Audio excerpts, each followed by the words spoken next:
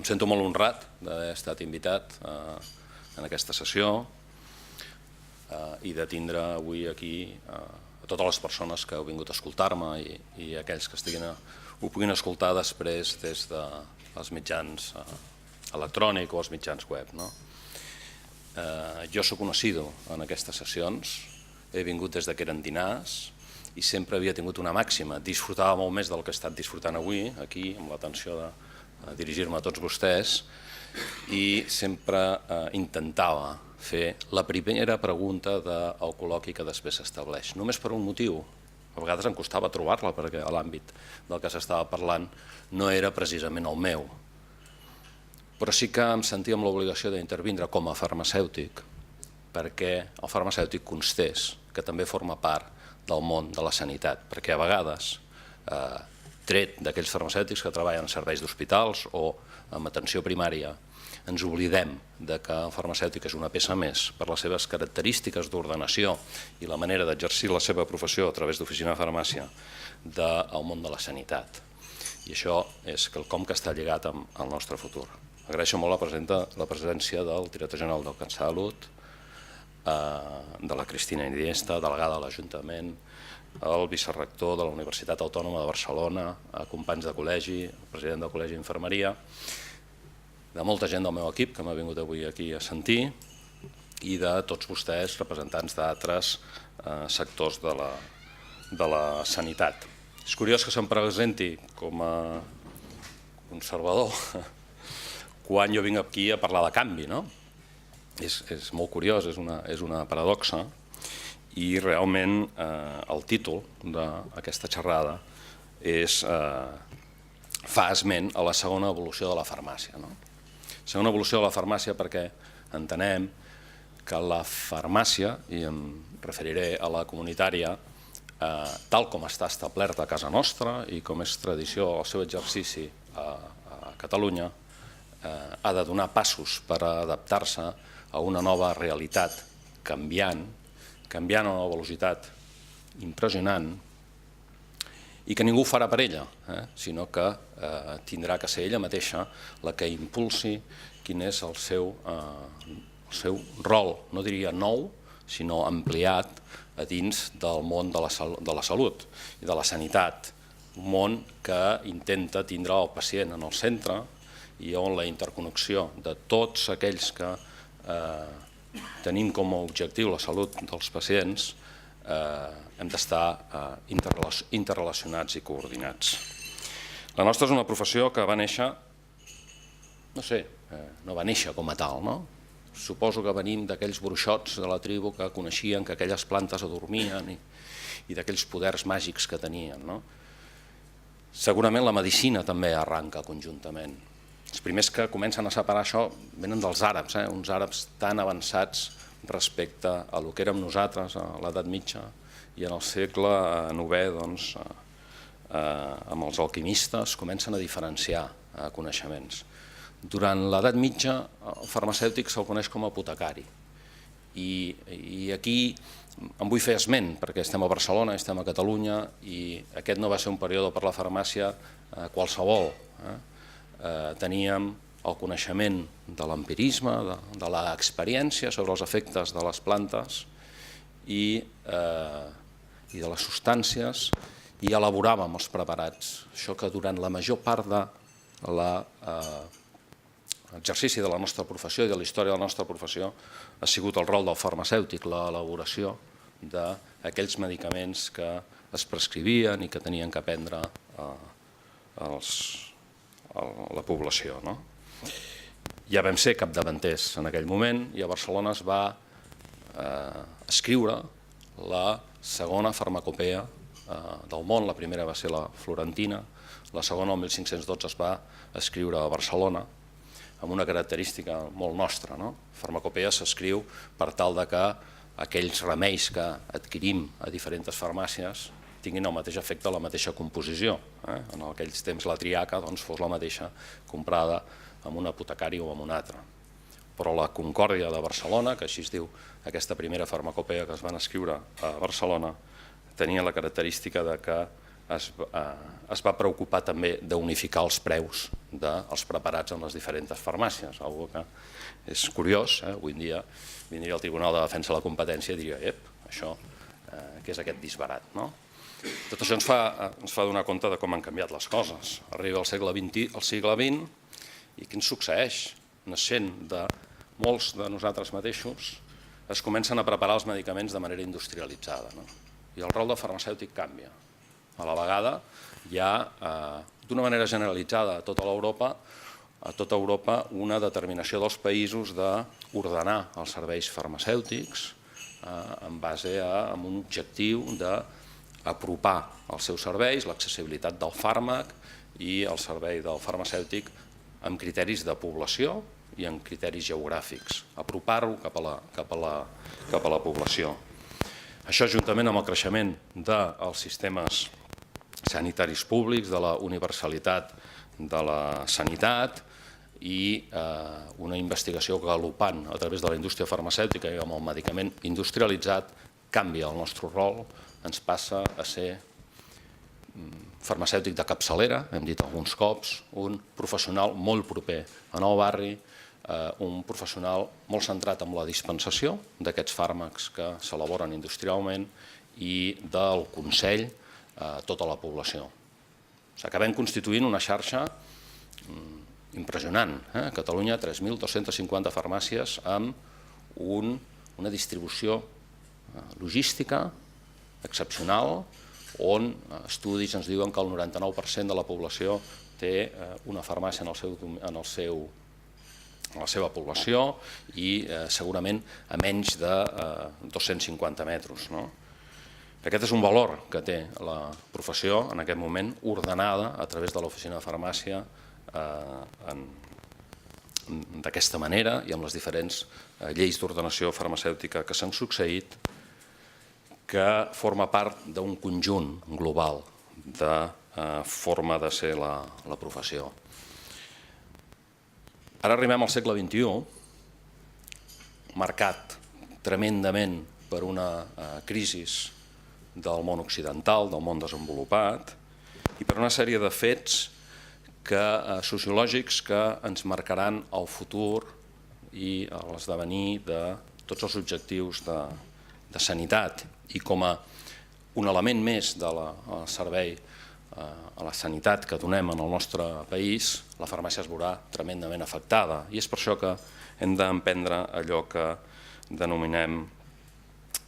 la segona evolució. La primera seria d'elaboradors dels medicaments a dispensadors a través de l'oficina de farmàcia. Ens queda un terreny apuntat, però per aprofundir moltíssim, per aconseguir la integració d'aquest farmacèutic en els diferents agents, entre els diferents agents que presten l'atenció sanitària i de salut pública en la població. La nostra és una professió que en alguns dels seus àmbits d'exercici ha evolucionat molt sòlidament. I exemple, des dels temps d'On Bonal, i una vegada més també vam ser impulsors des de Catalunya. El farmacèutic d'hospital és un farmacèutic que ha guanyat el seu prestigi en aquestes institucions i que ha aconseguit el paradigma d'aquesta interrelació amb la resta de professionals que treballen a l'hospital i el seu reconeixement. Per tant, és un professional que en aquest sentit ha lograt o està proper. Això no es logra mai a l'excel·lència del seu exercici. Tenim un altre grup important de professionals farmacèutics. Els farmacèutics devem ser aproximadament el 50% que estem a l'oficina de farmàcia, no més, no ho oblidem. Tenim un altre grup important de professionals farmacèutics que treballen als mitjans d'atenció primària. I aquests són farmacèutics, me'n recordo de la mà de l'Eugeni Sedano, aquí a casa nostra, un conjunt de farmacèutics que van començar a treballar amb les estructures de primària que tenen perfectament aquesta interrelació també amb la resta de professionals i que els hi queden alguns esglaons encara per fer. Estem El dia que el senyor Castrodeza es decideixi, acabarem definint quines són les especialitats, de quina manera s'apliquen aquestes especialitats, no només a la medicina, sinó també a la farmàcia, quina troncalitat hi ha i com inquivint aquest cos de professionals com a tal a dins de l'administració, perquè el farmacèutic d'atenció primària encara no està exactament definit amb el seu exercici. I l'oficina de farmàcia comunitària, la que està al carrer, té dos claus que marquen tremendament la seva personalitat. Una és el lligam que hi ha entre titularitat i propietat i l'altra és l'estar distribuïts i tindre el seu accés a través d'una llei d'ordenació farmacèutica i, per tant, per una decisió del Parlament de Catalunya en la seva potestat, amb una matèria totalment transferida, on es decideix de quina manera s'ordena aquest mercat. Aquesta propietat, titularitat, aquesta ordenació ens dona aquesta característica de ser accessibles a la població, però també sota una forma d'exercici de professional autònom, de la qual jo me'n sento molt satisfet i segurament la totalitat de professionals que poden exercir en aquest camp se n'hi senten. És molt bonic i congratula molt el poder treballar per un mateix i ser responsable de tot allò que succeeix per les decisions pròpies. Està sempre sota la mira d'uns pretesos interessos objectius econòmics, és a dir, tenim sempre agents econòmics molt hàbits de poder entrar en el món econòmic que significa el món del medicament. Això ens succeeix habitualment i de tots és conegut i forma part de l'entorn que ens trobem amb la farmàcia del segle XXI, que ja va començar a finals del segle XX, on grans distribuïdors, associacions de grans empreses distribuïdores, organitzacions com el Corte Inglés, com Capravo, els hi agradaria poder trencar aquest binomi titularitat-propietat per poder entrar a establir xarxes de farmàcies que, sens dubte, trencarien el caràcter que té avui en dia l'oficina de farmàcia a Catalunya. No és pejoratiu, perquè això funciona a molts estats d'arreu del món desenvolupat, però té, sens dubte, unes característiques diferents. El nostre és un sistema que funciona a casa i funciona molt bé i sobre el que hem de posar els esforços perquè segueixi sent útil a la població i en aquells criteris que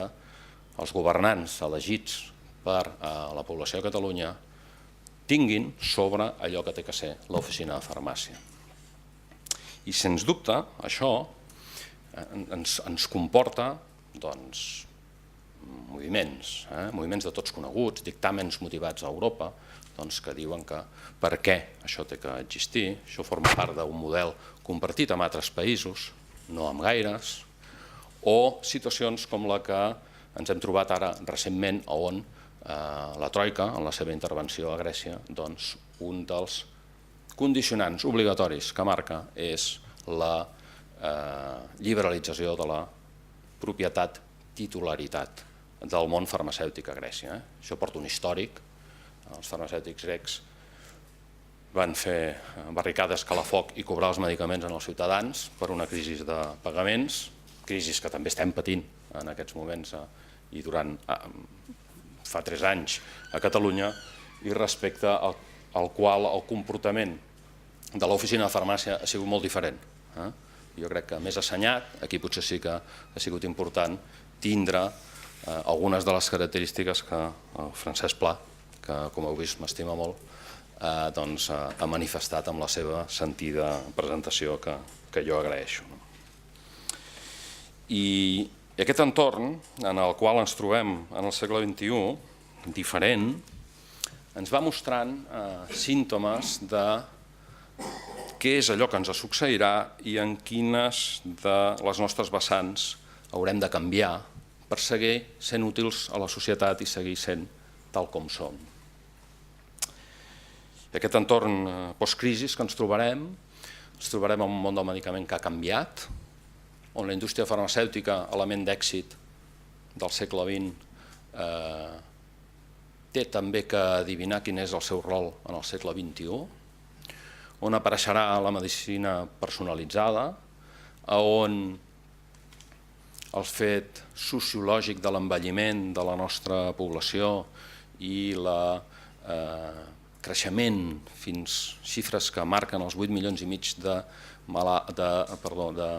malalts crònics, dependents, de més de 80 anys, que estaran als seus domicilis perquè no tindrem centres per acollir-los, 8,5 milions que estaran pròxims a l'any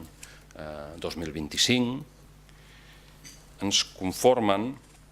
un panorama on els objectius d'aquest senyor d'aquí, segurament, del director general del CatSalut i del Departament de Salut, i els objectius de la societat canviaran i s'adequaran a les noves necessitats. Sentia en una conferència que va donar el conseller un dia que deia els objectius de la sanitat segurament amb allò que és agut estan complerts, tenim organitzada la nostra sanitat per poder atendre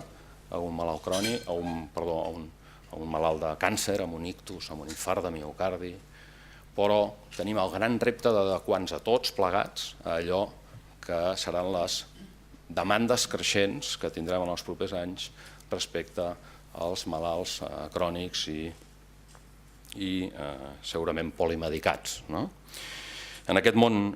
canviant, l'oficina de farmàcia té que triar, i no només té que triar, sinó que té que apostar.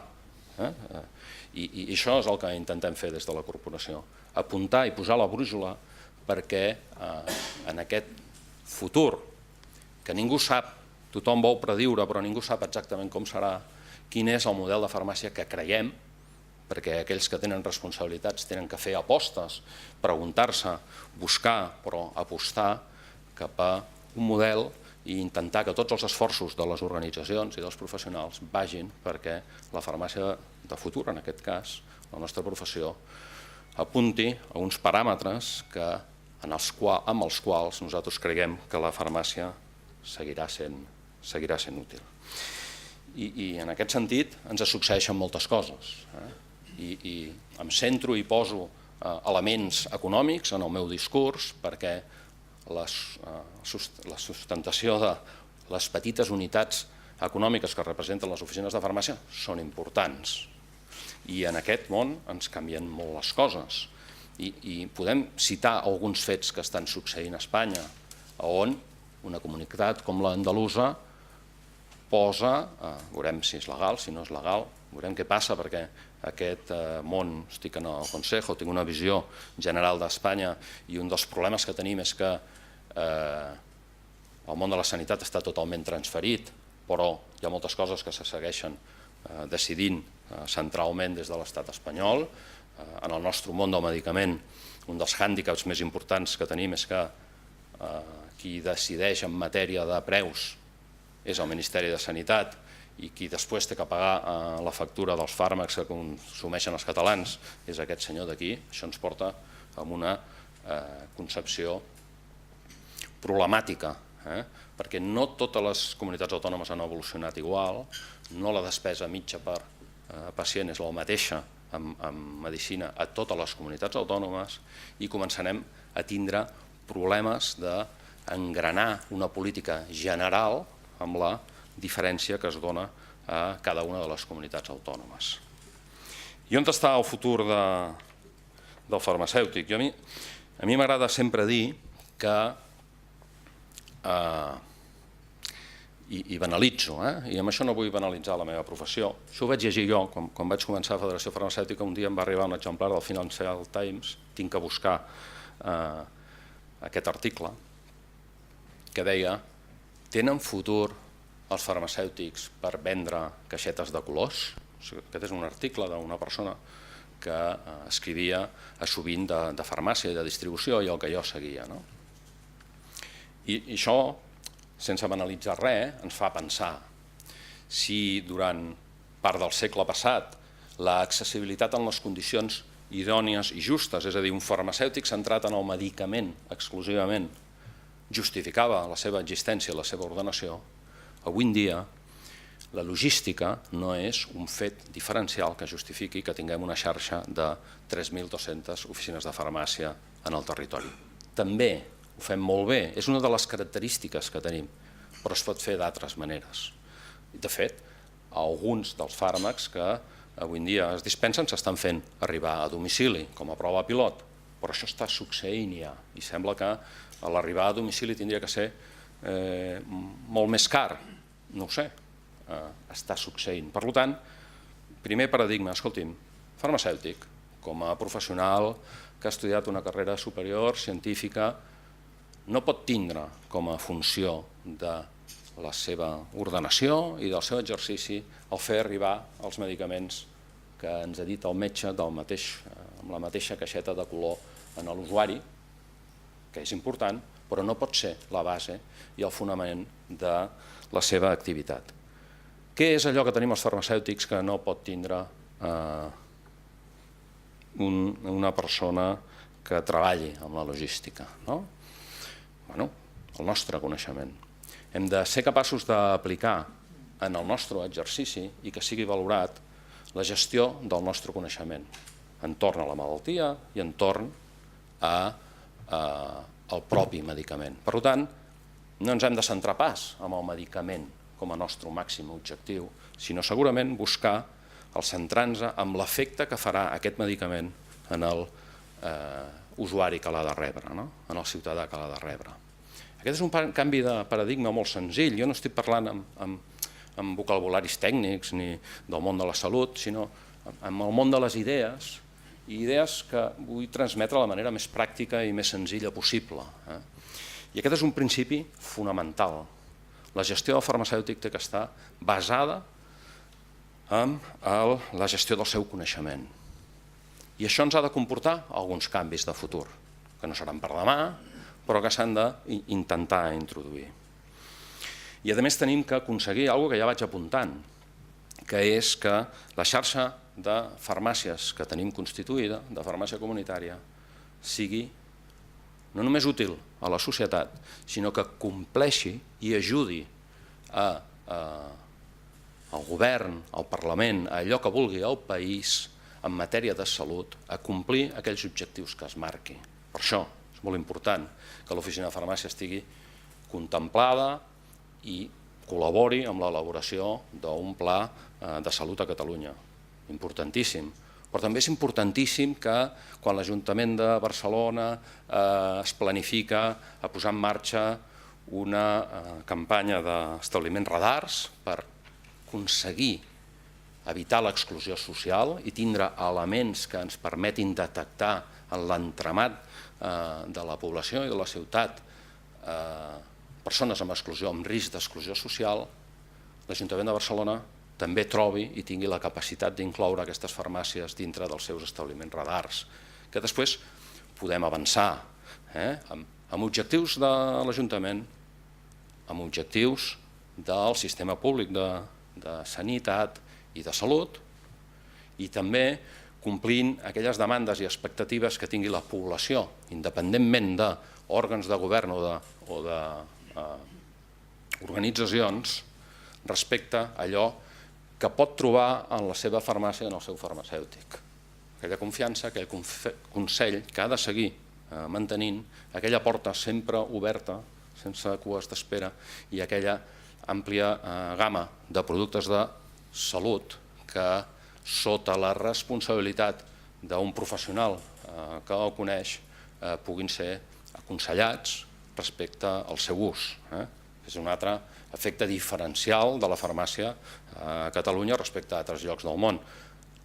Si ens anem als països anglosaxons, ens en podem anar a una estanteria i quedes bocabadat de veure la quantitat de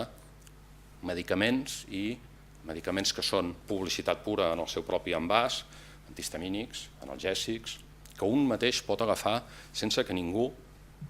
li doni cap consell en un establiment enorme on al final de tot hi posa farmacèutica, pharmacist-in o prescriptions, i si vas allà et surt un farmacèutic amb bata blanca que no té cua, que té poca gent i que t'atén. És un altre model, una altra concepció, que estic segur que venen d'una altra cultura, però que estic segur que té els seus inconvenients respecte a la protecció o consell que pot tindre una especialitat publicitària, una especialitat de lliure adquisició, quan a darrere hi ha un farmacèutic amb uns coneixements que pot acabar aconsellant. I dins d'aquest objectiu, quines són aquelles línies de treball que estem adreçant des de la corporació per tal d'intentar ser fidels a aquest pensament respecte a allò que té que ser la farmàcia del futur i empènyer, creuar o traçar les línies de la nostra brúixola per en cada una de les nostres actuacions, de les nostres reunions, dels nostres escrits, anar sempre apuntant de manera continuada respecte a allò que creiem que és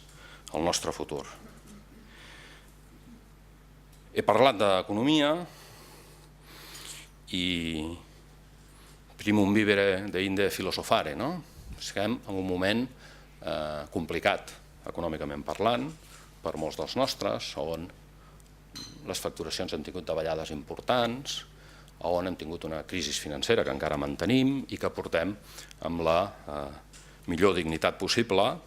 i intentant defensar els drets d'aquells que representem de la millor manera que sabem. Però si un veu els preceptes en els quals jo crec que s'ha de basar l'actuació del farmacèutic de futur, segurament haurem de canviar la manera de retribuir-lo. No aliena a un circuit econòmic que es dona a les nostres oficines de farmàcia, perquè comprem, emmagatzemem, estoquem, per tant financem, tenim un immobilitzat, després dispensem i cobrem amb un finançament determinat. No podem ser aliens a aquest circuit que es produeix, perquè si no la nostra configuració no serà viable. Viable, a més, entenent que és quelcom molt bo per al sistema públic el poder tindre elements que no formen part de la seva estructura de personal, que són capaços de donar-los el servei sempre. Aquesta externalització entenc que és bona i és una cosa a mantindre, i de fet això ho mantenen quasi tots els països d'Europa, i aquells que no ho tenien, com Suècia, ho han acabat externalitzant. Doncs bé, un dels primers pilars en els quals hem d'incidir és en un canvi de model retributiu. Com dic, que no s'oblidi del circuit econòmic, però que valori o retribueixi la gestió del coneixement del farmacèutic. I això com es fa en el món del medicament? Doncs això segurament hi ha moltes experiències incipients on s'està generant una retribució mixta. Una part és una tant per cent respecte al cost del medicament per sufragar aquesta cadena econòmica, i l'altra és un tant per dispensació que forma part del preu del medicament. Una part retribució de la dispensació, una petita part,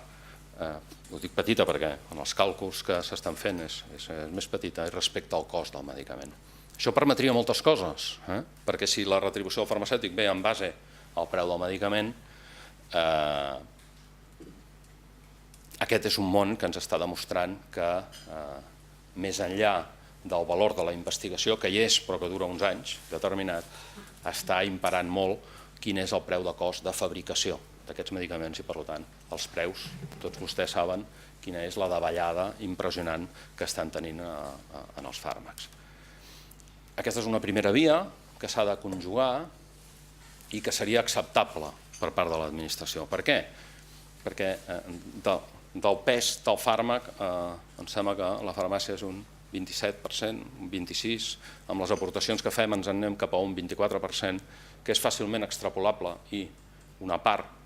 dividir-la pel número de dispensacions que es fan en el país i seguir-la retribuint, i el preu de venda al laboratori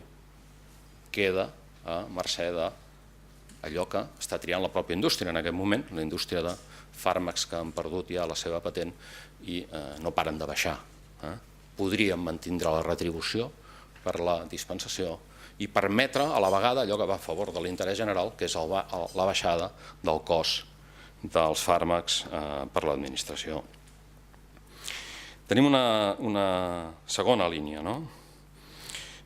segona línia importantíssima, i aquí tinc que fer esment per tercera vegada, ho he dit quan la Concòrdia, ho he dit quan en Bonal i la farmàcia hospitalària, ho tinc que dir-ho ara també. A Catalunya tenim un caràcter inconformista i emprenedor que ens fa fer apostes, que no ens assusta al provocar canvis i que de manera assenyada, segurament, ens permet impulsar variacions fora d'aquella dita que deia de Santa Rita, Rita, Rita, o no sé, aquesta és una altra, Virgencita, Virgencita, que me quedo como estoy. No ens fan por apostar per aquestes novetats. De fet, tenim un sistema sanitari amb característiques molt diferents a la resta d'Espanya i també aquí hem trobat els farmacèutics el suport de l'administració sanitària per fer apostes i plantejaments valents de futur en matèria de farmàcia. I això no depèn d'una administració, perquè quan nosaltres vam començar a empènyer el tema de la cartera de serveis, ara en parlarem, cartera de serveis a través de l'oficina de farmàcia, en capacitat d'incidir en àmbits de la prevenció de l'enfermetat, la promoció de la salut i també en millorar allò que dèiem, centrem-nos no en el medicament sinó en el pacient, millorar l'efecte dels medicaments en el pacient per obtindre aquell resultat desitjat en la prescripció. M'he trobat que he pogut caminar amb les dues administracions que jo he conegut. El 26 de juliol del 2010 es signa el primer conveni, el primer annex en el concert, en aquest sentit, per tal d'implementar i aprovar una cartera de serveis a través de les oficines de farmàcia comunitàries, on definim quines són les activitats bàsiques de la farmàcia, les que hem fet sempre, i aquelles que entenem que són nous serveis que es poden donar a través de l'oficina de farmàcia que conjuguen amb els objectius, en aquest cas del nostre pagador o comprador, que és el Departament de Salut o el CatSalut, per ajudar-lo a obtindre objectius de salut marcats. El 26 de març del 2012, amb una altra administració, el document evoluciona. I què fem? Creem un acord sobre de quina manera es dissenyen, de quina manera es validen, importantíssim, com definim indicadors en tota activitat del farmacèutic per una posterior validació i, en el cas que la prova pilot sigui positiva, doncs hi hagi una posterior concertació a nivell general de les oficines de farmàcia. Aquest és un camí en el qual nosaltres apostem fermament, difícil, però on tenim ja alguns passos donats. En prevenció de l'enfermetat tenim una iniciativa que va créixer i s'ha guanyat el seu respecte pel seu alt impacte en positiu, que és la detecció precoç del càncer de còlon a través de la inclusió del servei de les oficines de farmàcia. Tenim també, obeint a una necessitat que tenia el país de detectar tots aquells portadors de l'UVIH i que no estaven diagnosticats i que ni ells mateixos ho sabien, generar el possible cribatge anònim a través d'aquelles oficines de farmàcia que, preparades, ho tenim molt clar, sabem que ens hem de preparar per donar segons quins passos, no podem donar passos en fals, perquè aquesta és una carrera que quedaria troncada, doncs establir una xarxa de farmàcies on de manera anònima un pot fer un primer cribatge amb el virus de l'UVIH amb la posterior remissió a un centre hospitalari on ja serà identificat el pacient. Ho fem de manera totalment anònima, però connectem com a element integrat el resultat i el ciutadà en el sistema. El introduïm en el sistema, no actuem com a elements aïllats, sinó coordinats, que és un altre dels aspectes que jo anava marcant com a bases de futur d'aquesta evolució de la farmàcia. I no només amb l'administració, tot i que segurament de mitjana és entre un 70 i un 80% de l'activitat econòmica de l'oficina de farmàcia, segur que decreixerà aquest tant per cent en els propers anys, segur, sinó també en l'àmbit privat. I en l'àmbit privat tenim algunes experiències que apunten a aquests objectius. Som la primera comunitat que és capaç de fer un conveni amb una mútua, amb la Mútua General de Catalunya, per avaluar el risc cardiovascular dels ciutadans mutualistes d'aquesta mútua utilitzant una oficina de farmàcia i cobrant els mateixos honoraris que pot cobrar un professional mèdic en la seva consulta. És un altre pas en el qual ens preparem. I per tant, la cartera de serveis concertada o el catàleg de serveis de totes aquelles activitats que es poden desenvolupar a l'oficina de farmàcia són elements importants del nostre futur. I a més, sapiguem com desenvolupar-ho. És a dir, un dels problemes que hem tingut d'interrelació més habituals amb altres professionals de la salut, amb els metges, per exemple, és que hem comès l'error de parlar-nos a través del pacient. I això és un disbarat. Quan et ve, a la consulta d'un metge arriba un pacient i diu: escolti'm, és que el farmacèutic m'ha dit... Les reaccions són molt airades i a vegades no enteses. Per què? Perquè no ens coneixem. Quan ens assentem en una taula de parlar de quines són les actuacions que pot fer el farmacèutic en dermatologia, amb mal de gola, que estem parlant últimament, amb rinitis al·lèrgica, amb processos vírics,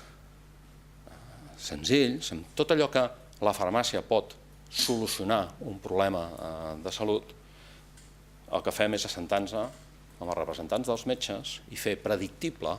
quina serà l'actuació del farmacèutic i en quin moment el farmacèutic, davant del que detecti, derivarà en el metge. Aquesta és la manera sòlida de caminar.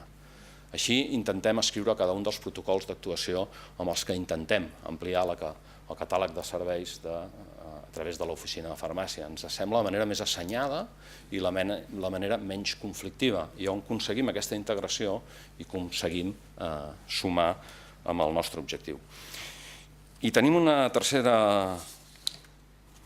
pota en aquesta brúixola, catàleg, cartera de serveis, model de retribució. Des del moment en què, potser ja fa 10 anys, es va apostar per crear la recepta electrònica a Catalunya, la corporació,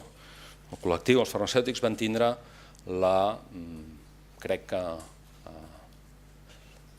el bon objectiu, el bon plantejament de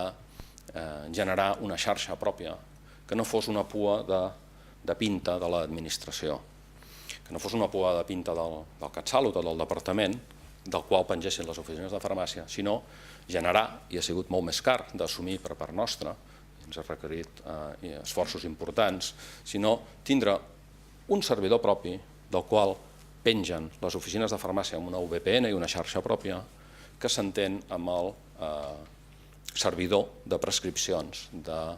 CatSalut. Això, que trasllada el que és la realitat de la concepció de la farmàcia comunitària i està d'acord amb la llei d'ordenació farmacèutica, ens ha permès tindre un creixement en sistemes i en capacitats d'emprendre o d'entomar iniciatives important. Avui en dia a les farmàcies tenim una xarxa real, no teòrica, real, amb VPN, amb aplicacions que estan a dintre dels programes de gestió de totes les oficines de farmàcia, amb un servidor propi i amb una capacitat de gestió importantíssima. I estem en el món de la imaginació i en el món de l'abstracte, i aquestes coses a vegades a uns ens costa més i a els menys. Però i amb això què farem? Amb això tenim una capacitat, alhora que apliquem tota aquesta capacitat tecnològica que tenim i organització com a xarxa real a l'hora de donar serveis d'integració amb una possible història clínica compartida, on el farmacèutic pugui incloure datos de salut o inclús a l'hora de concertar amb una mútua, com pot ser Mútua General de Catalunya, de quina manera li fem arribar a la mútua i als metges de la mútua de manera automatitzada i senzilla tots aquells indicadors que puguem recollir respecte a l'avaluació d'allò primer que hem fet, que és l'avaluació de riscos cardiovasculars. M'han dit mitja hora, porto clavada. Bé, us he parlat de manera molt sincera d'allò que realment creiem, i aquestes coses es noten, quan un parla d'allò que creu es nota perquè es transmet. Aquesta és la nostra aposta, això no seria possible fer-ho sense un enorme equip part del qual avui tinguin aquí i que són la base de la possibilitat de poder fer i conquerir totes aquestes fites que tenim plantejades i en tot cas segur que en el devenir d'aquest camí que hem emprès els farmacèutics doncs ens anirem trobant amb actors, amb diferents actors que avui esteu aquí representats o que ens escolteu i sapigueu que la nostra porta i la nostra taula per seure i per establir diàleg i construir sempre està oberta per tots vosaltres. Moltes gràcies.